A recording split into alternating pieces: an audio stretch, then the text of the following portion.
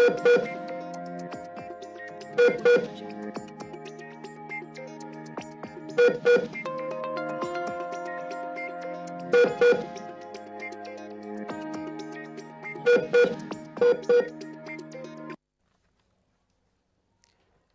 मी प्रशांत सागवेकर. सर्व प्रेक्षकांना जय महाराष्ट्र. लाईफलाईन या आमच्या कार्यक्रमात तुम्हा सगळ्यांचं आज पुन्हा एकदा मनापासून स्वागत.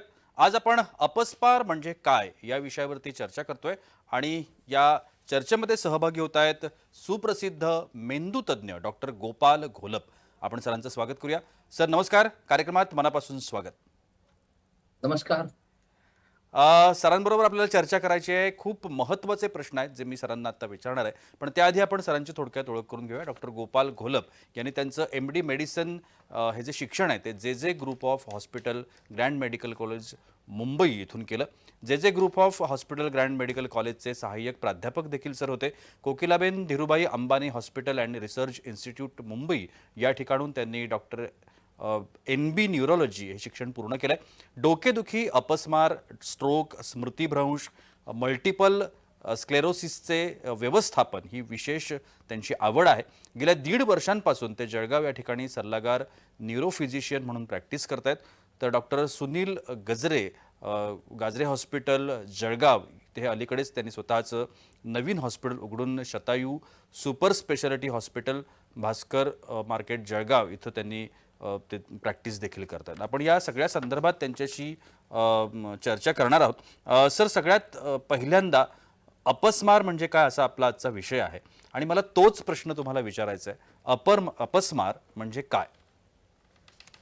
बघा, नक्की आपल्याला अपस्मार हा शब्द फार नवीन वाटत असेल. हो. कारण की अपस्मार म्हणजे एपिलेप्सी, जे की अच्छा. नॉर्मली आपण आपल्या नॉर्मल बोली भाषेमध्ये याला फिट्स म्हणतो, मिरगी म्हणतो, किंवा कोणी घुरं म्हणतं, कोणी हिंदीमध्ये आपण याला मिरगी म्हणतो, किंवा हे म्हणतो आपण चमकी म्हणतो. तर हो. यालाच आपण इंग्लिशमध्ये मराठी एकदम शुद्ध मराठीमध्ये अपस्मार म्हणतो. तर एक्झॅक्टली काय असतं अपस्मार म्हणजे काय, फिट्स म्हणजे काय? तर नॉर्मली आपल्या ब्रेनमध्ये, मेंदूमध्ये आपल्या विद्युत लहरी नॉर्मली चालू असतात, विद्युत बर. तरंग चालू असतात. पण काही कारणांमुळे जेव्हा हे विद्युत तरंग फार जोराने किंवा अचानक वाढायला लागतात, याच्यामुळे आपल्या मेंदूमधून फिट्स तयार होतात. अच्छा. यालाच आपण अपस्मार असं म्हणू शकतो. सर, याच्यामध्ये काही वेगळे प्रकार वगैरे असं काही असतं का? नक्कीच. याच्यामध्ये कसं आहे बघा, आता की आपल्या नॉर्मली आई-वडिलांना किंवा आपण जनरल लोकांना हे माहिती असतं की जोरजोरात हातपाय हलवणे किंवा हो. तोंड वाकडं होणे, तोंडामधून फेस येणे, अशा प्रकारची कॉमनली जी मिरगी फिट्स असते. पण याच्यासोबतच याच्यामध्ये वेगवेगळ्या प्रकारचे आपल्याला फिट्स दिसू शकतात. बरोबर. जसं की एका साइडला, फक्त एका साइडला जोरजोरामध्ये हात टाईट होणे, कडक होणे. एक साइडला आपला हात कडक होतो किंवा दोघं हात आपले कडक होऊन जातात.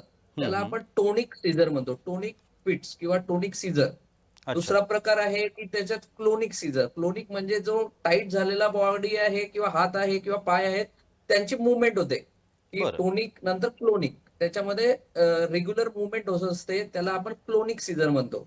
आणि जेव्हा टोनिक आणि क्लोनिक हे दोघांची मूव्हमेंट एकत्र होते, त्याला आपण जनरलाइज टोनिक क्लोनिक सीझर असं म्हणू शकतो. बरं. त्याचबरोबर याच्यामध्ये अजून चौथा टाईप आपण सांगू शकतो की कधी कधी एकदम शॉक सारखे मुवमेंट होतात, सडनली जर्क्स येतात, शॉक सारखे मुवमेंट, त्याला आपण मायोक्लोनिक एपिलेप्सी म्हणतो.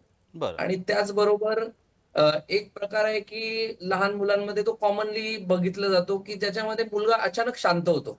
असं अच्छा. बऱ्याच वेळेस शाळेमध्ये टीचर सांगतात की मुलगा लक्ष देत नाही, तो कुठेतरी वेगळीकडेच बघत असतो हो. किंवा त्याचं लक्ष नसतं. हं, हं, तर हं. तो एक प्रकार आहे, त्याला आपण ऍब्सान्स एपिलेप्सी म्हणतो, ऍब्सान्स सीझर.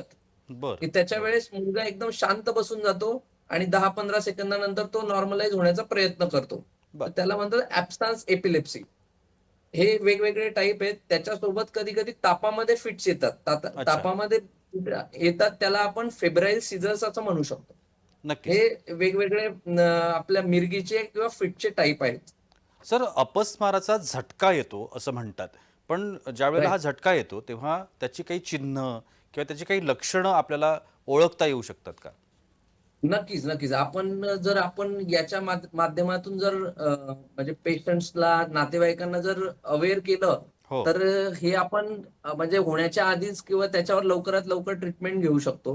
हं. जसं की सायन्स आणि सिम्प्टम तुम्ही विचारलं, तर त्याच्यामध्ये काय आहे, की वेगवेगळ्या कारणानुसार हे अपस्मार किंवा एपिलेप्सी होते.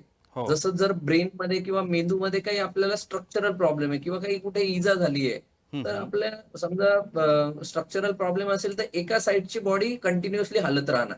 अच्छा. कंटिन्युअसली 10-15 सेकंदासाठी, 1 मिनिटासाठी हलत राहणार हं, हं. आणि त्याच्यानंतर आपलं तोंड वाकडं होणार अपोझिट साइडला आणि अच्छा. डोळे वरती जाणार.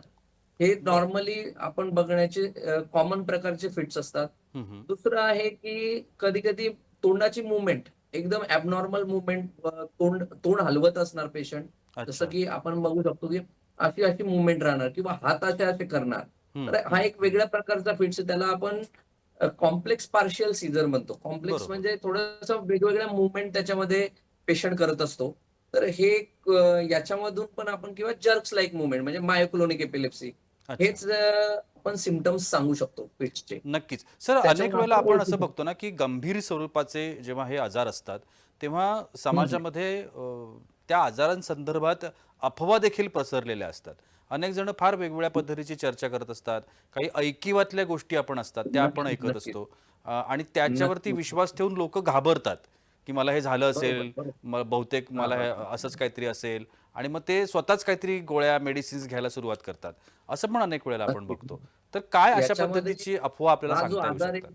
क्रोनिक प्रकारचा आजार आहे. क्रोनिक बरोबर. म्हणजे की याला भरपूर दिवसाची ट्रीटमेंट लागते आणि याला काय आहे, की आपल्याला रेग्युलरली फॉलोअप ठेवायला लागतो. बरं. त्याच्यामुळे काय आहे, की समाजामध्ये जसं अंधश्रद्धा आहे, की हं. बाबा जे एपिलेप्सी म्हणतो आपण, फिट्स म्हणतो, याच्यामध्ये लोकांना भरपूर चर्चा होते, की बाबा याला कोणी भुताने पिसाटलं असेल किंवा याच्यावर कोणी करणी केली असेल. हां, अशा हां. पण वेगवेगळ्या समाजामध्ये आपण चर्चा ऐकत असतो. खरं आहे. आणि मग ते कुठे त्याला बाबाकडे घेऊन जाणार, त्याला काही त्याचं हे उतरवणार, त्याचं भूत उतरवणार, अशा वेगवेगळ्या कल्पना लोकं करत असतात. पण हं, असं हं, काहीच हं. नाहीये. हा आजार एक it is a scientific illness किंवा बरं. It is a neurological illness आपण असं म्हणू शकतो. आणि त्याची आपण जर ट्रीटमेंट व्यवस्थित घेतली किंवा त्याचं व्यवस्थित निदान झालं, तर आपण त्याला डेफिनेटली त्याला कंट्रोल करू शकतो. इव्हन त्याला पूर्णपणे बरं पण करू शकतो. बरं. आणखीन एक महत्त्वाची भाग अनेक आजार हं, आपण बघतो, की ते हं. आपल्याला संसर्गाने होतात. म्हणजे एकाला झाला म्हणून दुसऱ्याला नक्की. झाला, दुसऱ्याला म्हणून झाला म्हणून तिसऱ्याला झाला असं होतं. किंवा अनेक बरोबर, आजार हे आपल्याकडे हेरिडेटरी येतात. म्हणजे आपले वंश बरोबर, परंपरेनं आपल्याकडे बरोबर. येतात. आई-वडिलांना होता, हं, आजोबांना हं, होता, हं. पणजोबांना होता अशा पद्धतीनं. बरोबर. अपस्माराच्या बाबतीमध्ये आपल्याला काय सांगता येतं? संसर्गजन्य आहे का हेरिडेटरी आहे? कोणाला कसं असतं, की काही लोकांमध्ये असतं, की हे फिट्स जे आहेत, हं. अपस्मार जो आहे, हो. तो आपण सोबत कोणाच्या आपल्या घरामधल्या नातेवाईकाच्या म्हणजे ताटात खाल्ल्याने होतो का? किंवा त्याच्यासोबत अ, म्हणजे असे आता आम्हाला रेग्युलरली हे प्रश्न येत असतात. ओपीडीमध्ये जेव्हा आम्ही बसतो, हो. की बाबा त्याच्यासोबत झोपलं जरी तर आम्हाला हा आजार होईल का? किंवा हं, त्याच्या हं, ताटात हं. खाल्लं तर तो होईल का? किंवा आम्ही त्याच्या जवळ बसलो तर हा अपस्मार होऊ शकतो का? तर बरोबर. नक्कीच नाहीये. याचं उत्तर नक्कीच नाहीये. 100% नाहीये. हं. पण डेफिनेटली काही रेअर जे सीझर्स किंवा अपस्मारचे प्रकार आहेत, त्याला आपण एपिलेप्सी म्हणतो. अच्छा. एपिलेप्सी सिंड्रोम्स म्हणतो. तर हं, ते हं. हेरिडिटरी येऊ शकतात. पण अच्छा. त्याचं पण प्रमाण फार कमी आहे. हं, हं, हं. हे मी तुम्हाला नक्की सांगू शकतो, की त्याचं हेरिडिटरी येण्याचं प्रमाण फार कमी आहे. पण त्याच्यामध्ये अच्छा. काही प्रकारचे एपिलेप्सी सिंड्रोम्स आहेत, ते आपल्या फॅमिलियल याच्यामध्ये येऊ शकतात. बरं. पण आणि आणखीन एक महत्त्वाचा भाग स्त्री-पुरुष म्हणजे स्त्रियांनाच होतो, पुरुषांनाच होतो किंवा अमुक एक वयाच्या व्यक्तीलाच होऊ शकतो. लहान मुलांनाच होईल, मोठ्यांनाच होईल किंवा अगदी वयोवृद्धांनाच होईल, असाही काही भाग असतो का? कारण त्याही बाबतीमध्ये आपण चर्चा ऐकत असतो.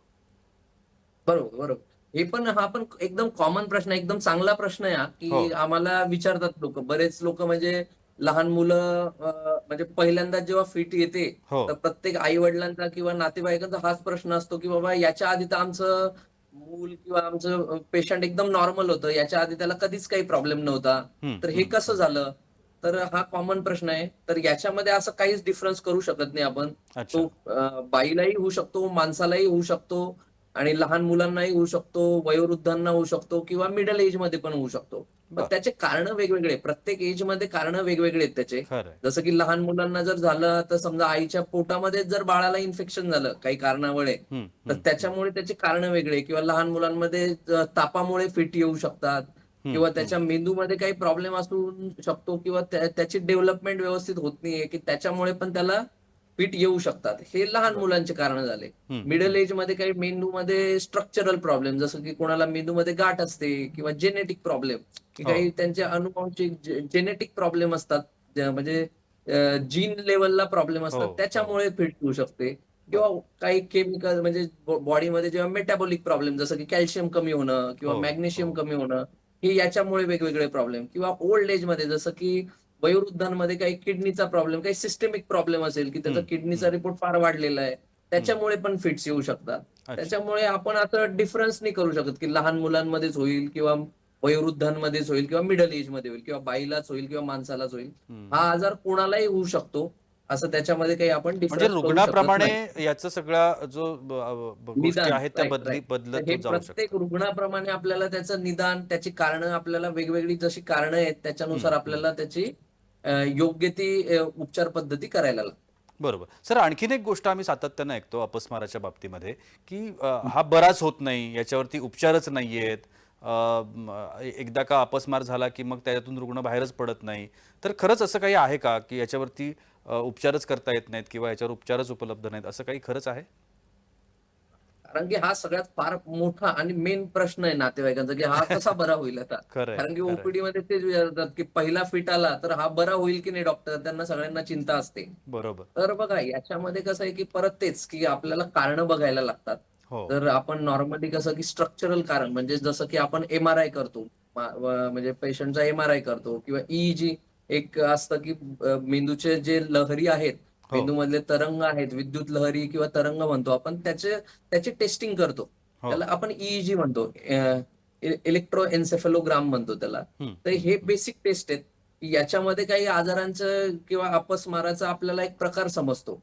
की बरं. ते जर पण समजा हे पहिल्या स्टेजला हे जर गोष्टी नॉर्मल असेल, हं, तर हं. आपल्याला एक समजा बेसिकली आपण किंवा काही जेनेटिक टेस्टिंग आहे किंवा बेसिक टेस्ट आहेत रक्ताच्या किंवा मेटाबॉलिक, जसं की कॅल्शियम, मॅग्नेशियम, हे जर नॉर्मल असेल तर बऱ्याच वेळेस आपण 2 वर्ष 3 वर्ष त्या अपस्माराची ट्रीटमेंट करतो. आणि इव्हन आपण हळूहळू त्याच्यामध्ये आपण मेडिसिन कमी करून पण बघू शकतो. आणि जर आपल्याला आढळलं की बाबा 2-3 वर्षापर्यंत त्याला नंतर फिट नाही आले, मेडिसिन तो रेग्युलरली घेत होता आणि 3 वर्षापर्यंत त्याला फिटच नाहीयेत, आपण त्याच्यानंतर हळूहळू मेडिसिन बंद करतो हो. आणि बघतो की पेशंट कसा रिस्पॉन्स करतोय, त्याला ईईजीने मॉनिटर करतो आणि वेगवेगळ्या गोष्टींनी मॉनिटर करतो. जर त्याला 3-4 वर्ष जर फिट नसेल किंवा 5 वर्ष जर फिट नसेल, हं, तर हं. आपण सांगू शकतो की याचं प्रमाण फार कमी झालेलं आहे. खरंय. आणि इव्हन कधी-कधी आपण सांगू शकतो की 10 वर्षापर्यंत फिट नाहीये आणि शेवटी 5 वर्षापर्यंत त्याने मेडिसिन पण घेतलेली नाहीये. हो. तर आपण इव्हन कधी-कधी त्याला क्युअर्ड म्हणून पण डिक्लेअर करतो. बरं. पण कधी हे अपस्मार हा आजार आहे, थोडा हा अनप्रेडिक्टेबल आहे. अच्छा. त्याच्यामुळे आपण 100% क्युअर होईलच असं नाही, पण आपण याला कंट्रोल ठेवू शकतो. हं. त्याच्यामुळे आपण सांगू शकतो की बाबा हा कंट्रोल्ड आहे तुमचा आजार अच्छा. 100%. बरं. नक्कीच खूप महत्त्वाच्या विषयावरती डॉक्टर आपल्याला मार्गदर्शन करतायत. अपस्मार हा एका गंभीर आजारावरती आपण चर्चा करतो आहोत. मात्र लाईफलाईन या कार्यक्रमात आत्ता वेळ होते एका छोट्याशा मार या विषयावरती आपण आज चर्चा करतोय आणि सुप्रसिद्ध मेंदू तज्ज्ञ डॉक्टर गोपाळ घोलप आपल्याला मार्गदर्शन करतायत. सर, आणखी एक महत्त्वाचा प्रश्न, अनेक वेळेला अशीही चर्चा आम्ही ऐकतो की अपस्माराचे जे रुग्ण आहेत हे मानसिक रुग्ण असतात. तर खरंच असं होतं का, की या आजारामध्ये रुग्ण मानसिक रुग्ण होईपर्यंत हा आजार त्याला होऊ शकतो किंवा एवढा गंभीर रूप हा आजार घेऊ शकतो, असं खरंच असतं? बघा, सगळेच रुग्ण हे मानसिक रुग्ण नसतात. म्हणजे बरं. एपिलेप्सी किंवा अपस्माराचे पण प्रकार असतात. हं, काही हं. काही लोक एकदम नॉर्मल लाईफ ते जगू शकतात. इव्हन त्यांना कधी काहीच प्रॉब्लेम येत नाही. बरं. पण जर समजा लहान मुलांमध्ये म्हणा, जर त्याचं अपस्मार झाला, तर त्याच्यामध्ये लहान मुलांमध्ये कधी लर्निंग डिसेबिलिटी राहू शकते किंवा ऑटिझम राहू शकतो किंवा त्याच्यासोबत एडीएचडी जे म्हणा हायपर ऍक्टिव्हिटी राहू शकते. पण प्रत्येक एपिलेप्सी किंवा अपस्माराचा रुग्ण हा मेंटली चॅलेंजिंग किंवा त्याला इंटेलेक्च्युअल डिसॅबिलिटी राहीलच असं नाहीये. बरं. ते अपस्माराचे रुग्ण नॉर्मल लाईफ जगू शकतात. नक्की. हे नक्की. नक्की. सर, आणखीन एक महत्त्वाचा प्रश्न. मगाशी तुम्ही म्हटलात, की या आजाराला कोणत्याही पद्धतीचं वय वगैरे असं काही डिस्क्राईब करता येत नाही, कोणालाही होऊ शकतो. समजा एखाद्या तरुण वयातल्या मुलाला किंवा मुलीला अशा पद्धतीचा आजार झाला, तर त्याला नोकरी त्याने जर सांगितलं की बाबा मला हा अशा पद्धतीचा आजार आहे, तर नोकरी मिळण्यात काही अडचणी येतात का किंवा नाकारलं जातं का? आणि आणखीन एक महत्त्वाचा प्रश्न तो म्हणजे त्यांचं लग्न होतं का? कारण त्यांनी किंवा लग्न होतं का म्हणण्यापेक्षा मी असं म्हणेन की लग्न त्यांनी करावं का? काय सांगता येईल? नक्कीच हा फार मोठा प्रश्न आहे. कारण की जेव्हा रुग्णाचे नातेवाईक किंवा पेशंटचे नातेवाईक आम्हाला घेऊन येतात, हो. यंग मुलगी असते, त्यांना सगळं ते टेन्शन असतं, की आता कसं करायचं? पण आपण जर या आजाराला जसं की आधी पण मी सांगितलं, की कंट्रोल जर केला, तर तुम्ही तुमची एकदम नॉर्मल लाईफ जगू शकता. इव्हन समजा आमच्याकडे भरपूर पेशंट आहे, की ते नॉर्मल प्रेग्नन्सी पण त्यांच्यामध्ये काहीच प्रॉब्लेम येत नाही. जर तुम्ही रेग्युलरली डॉक्टरांच्या फॉलोअपमध्ये असेल, बरं. तर तुम्हाला नॉर्मल प्रेग्नन्सी ठेवायलाही काही प्रॉब्लेम नाहीये. हो. तर त्याच्यामुळे तुम्हाला फक्त आजाराला कंट्रोल ठेवणं आहे, रेग्युलर मेडिसिन घेणं आहे, रेग्युलर डॉक्टरांची व्हिजिट ठेवायची आहे. त्याच्यामुळे इव्हन प्रेग्नन्सीमध्ये पण आपल्याकडे असे मेडिसिन आहेत, की ते प्रेग्नन्सीमध्ये पण आपण देऊ शकतो. अनेक वेळेला अशीही चर्चा सर ऐकायला मिळते की अशा पद्धतीचे रुग्णांना समाज नाकारतो.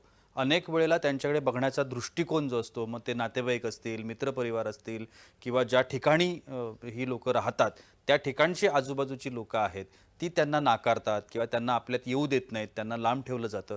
अशा पद्धतीनं देखील गोष्टी घडत असतात समाजामध्ये आणि त्या गोष्टीला फेस करताना रुग्णाला खूप मानसिक त्रासाला सामोरं जावं लागतं, त्याच्या कुटुंबाला सामोरं जावं लागतं.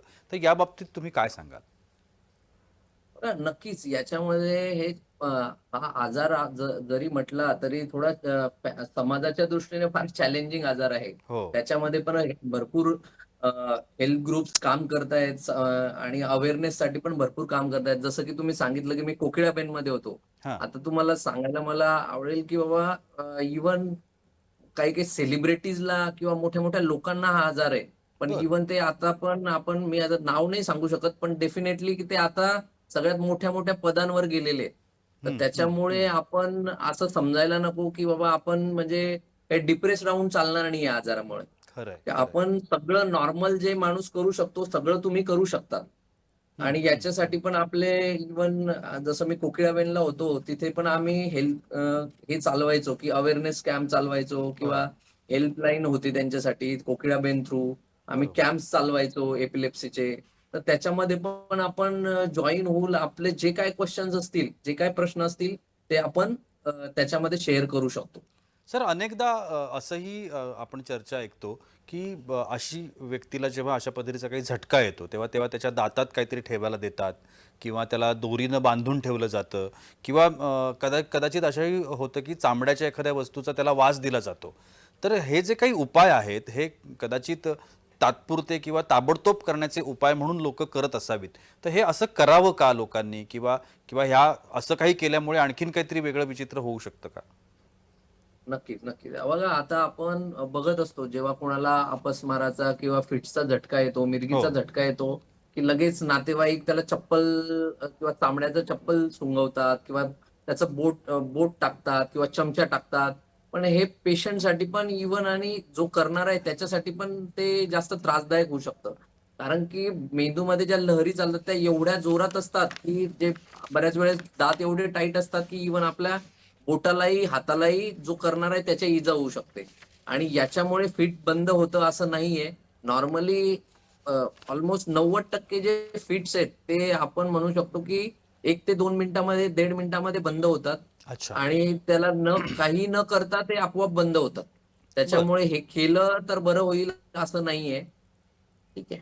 नक्की. सर आणखीन एक महत्त्वाची गोष्ट, की आता आपण थोडंसं वेगळ्या याच्यातला मी एक प्रश्न विचारतो. जनजागृती असणं पण खूप महत्त्वाची गोष्ट असते. म्हणजे जरी तो माझा आजार मला नसेल, माझ्या कुटुंबात कोणाला नाही आहे किंवा इतर कोणाला नाही आहे, पण मी रस्त्याने जाताना किंवा कुठे लोकलमध्ये किंवा कुठे बस स्टॉपवरती जर असा कुठला एखादा रुग्ण मला आढळला आणि त्याला तिथे झटका आलाय असं जर दिसलं, तर मी एक समाज म्हणून म्हणा किंवा कशा पद्धतीनं त्या रुग्णाची मदत केली पाहिजे? बरोबर. या आपल्या मुलाखतीचं मेन रिझन किंवा कारण हेच आहे, की आपण याच्या माध्यमातून लोकांना जनजागृत करू शकतो, खरंय. अपस्माराच्या बाबतीमध्ये. तर बघा, जर आपल्या समोर जर असं काही घटना घडली, हो. तर पहिलं तर आपल्याला त्या पेशंटला सेफ करायचंय. म्हणजे त्याच्या आजूबाजूला त्याला कुठे इजा होऊ नये, याची सगळ्यात महत्त्वाची काळजी घ्यायची आहे. नंतर त्याला कोणत्याही कुशीला तुम्ही करू शकता. उजव्या कुशीला करा किंवा डाव्या कुशीला करा. बर. त्याच्या हातपायाला तुम्हाला पकडायचं नाहीये. कारण की नॉर्मली फिट जसं मी की म्हटलं, की 1 ते 1.5 मिनिटामध्ये बंद होते. फक्त त्याची लाळ वगैरे जी काही असेल ती हम्म. गळू द्यायची आहे. त्याच्या तोंडामध्ये काही टाकायचं नाहीये किंवा बऱ्याच वेळेस लोकं डोक्यावर पाणी टाकतात किंवा तोंडामध्ये पाणी टाकतात, चम्मच टाकतात. असं आपल्याला काहीच करायचं नाहीये किंवा हो. हात टाईट पकडायचे नाहीयेत.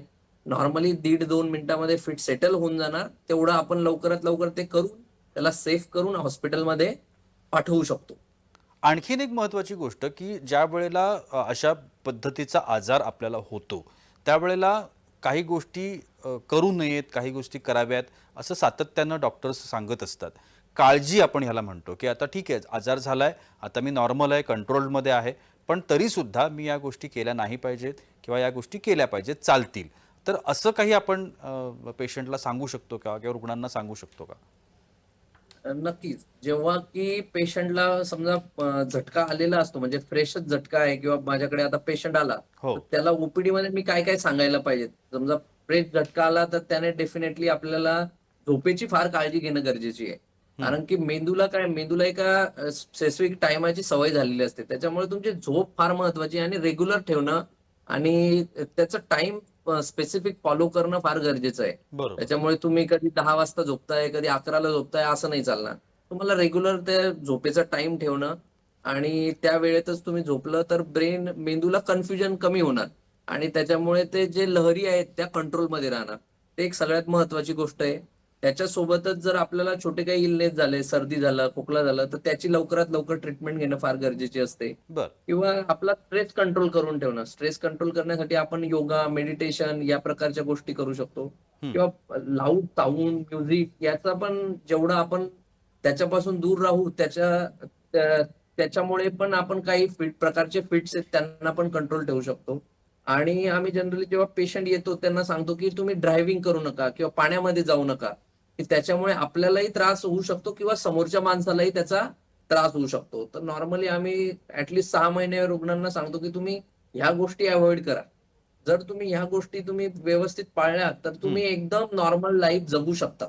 इव्हन तुम्ही नक्की. तुमच्या झोपेचा टाईम ठेवला किंवा ड्रायव्हिंग किंवा स्विमिंग अव्हॉइड केलं सुरुवातीच्या टाईमामध्ये हं. आणि हं. जर तुमचं फिट्स कंट्रोल असेल, तर तुम्ही सगळ्या प्रकारच्या गोष्टी करू शकता. फक्त काही मशिनरी आहेत वगैरे आहेत किंवा आपलं स्लीप सायकल कशी हॅम्पर होणार नाही किंवा हो, जसं की हो. शिफ्टची ड्युटी आहे, ते अव्हॉइड करण्याचा प्रयत्न करणं गरजेचं आहे. नक्की. सर, आपण अगदी कार्यक्रमाच्या अंतिम टप्प्यामध्ये आहोत. जाता-जाता अशा पद्धतीचे रुग्ण आहेत त्यांना किंवा त्यांच्या नातेवाईकांना, कुटुंबातल्या जी त्यांची लोकं असतील, कारण काय होतं की अशा पद्धतीचे आजार जेव्हा होतात, तेव्हा अख्खं कुटुंब ग्रासलेलं असतं.